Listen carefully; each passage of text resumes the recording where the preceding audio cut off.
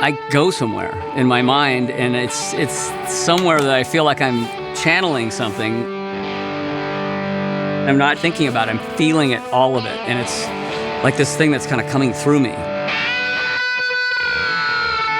It's just a very spiritual conduit thing happening, I think. I can't describe it anything other than that.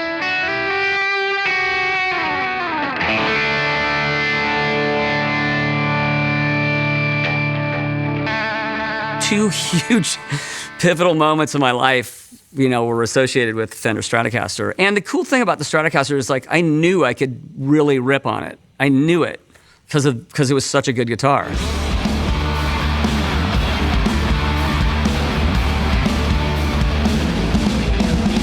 My first recordings with the Stratocaster were the 10 record and Temple of the Dog.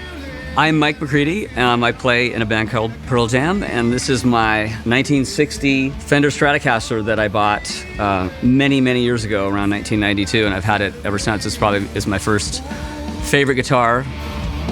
I was really interested when Fender offered to recreate this Stratocaster because it was a huge honor.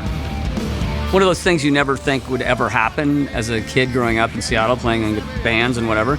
You dream about that kind of stuff. Is this the custom shop one that I have in my hand? So again, I literally just forgot that this is not the real one. So yes, this is my the Mike McCready 1960 Fender Custom Shop Stratocaster that I thought was the real thing. That's a good sign right there.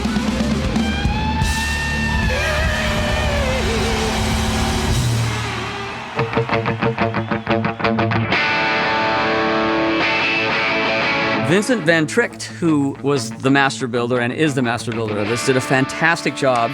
It plays identical to how my original 1960 plays. All of this scratching and all this stuff this is years of me strumming like that on the regular one and ripping the finish off by playing live.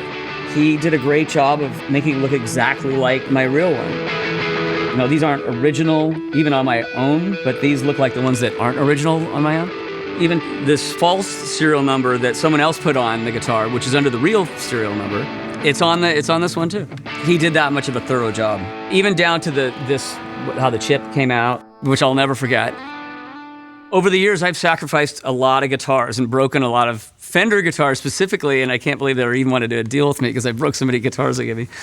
Years ago, I brought this guitar with me on tour over in Europe, and I'm just going crazy and doing solos, and I'm just getting into it on one of our songs. And I went like this, like that, into the speaker. I missed the speaker and I hit the wood that surrounds the speaker, and it went, and it snapped, and I looked at it and went, it'll probably happen again. Coming from Seattle, I loved Hendrix, and my dad had the Band of Gypsies record. Early on, I loved David Gilmour, Steve Ray Vaughan, Eddie Van Halen for sure. The one player that blew my mind consistently, and I never only associated guitar with him until I would see him, was Prince. It was like, every time I saw Prince, he was the best guitar player I've ever seen. Hands down, every time. My favorite bands were Aerosmith and the Stones, and they always had a combination of different types of guitars. And Fender, I loved anyways, because of, again, Hendrix and Stevie and all that, and how it screamed.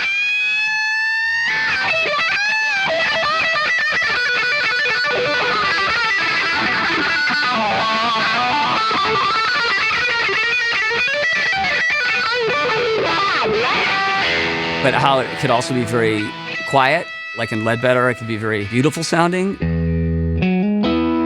And Josefina Campos, who wound the pickups to the specific quality of my original 1960 guitar, did a fantastic job. She got the warmth of the pickups. She got the same sound of the out of phase, the same sound as the treble pickup. I don't know how she did it. There's an art to that I don't understand, but she did a phenomenal job, and I can tell by hearing it.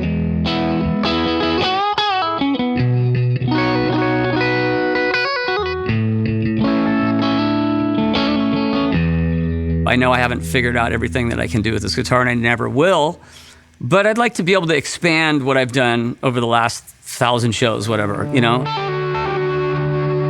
our Pearl Jam shows, when I'm getting way into it, we have this communication non-verbally that happens with our band that happens in no other situation that I play in. And that allows me to go to these places along with the crowd and the songs and what it means to people and what it means to me, and all of those elements hitting at the same time.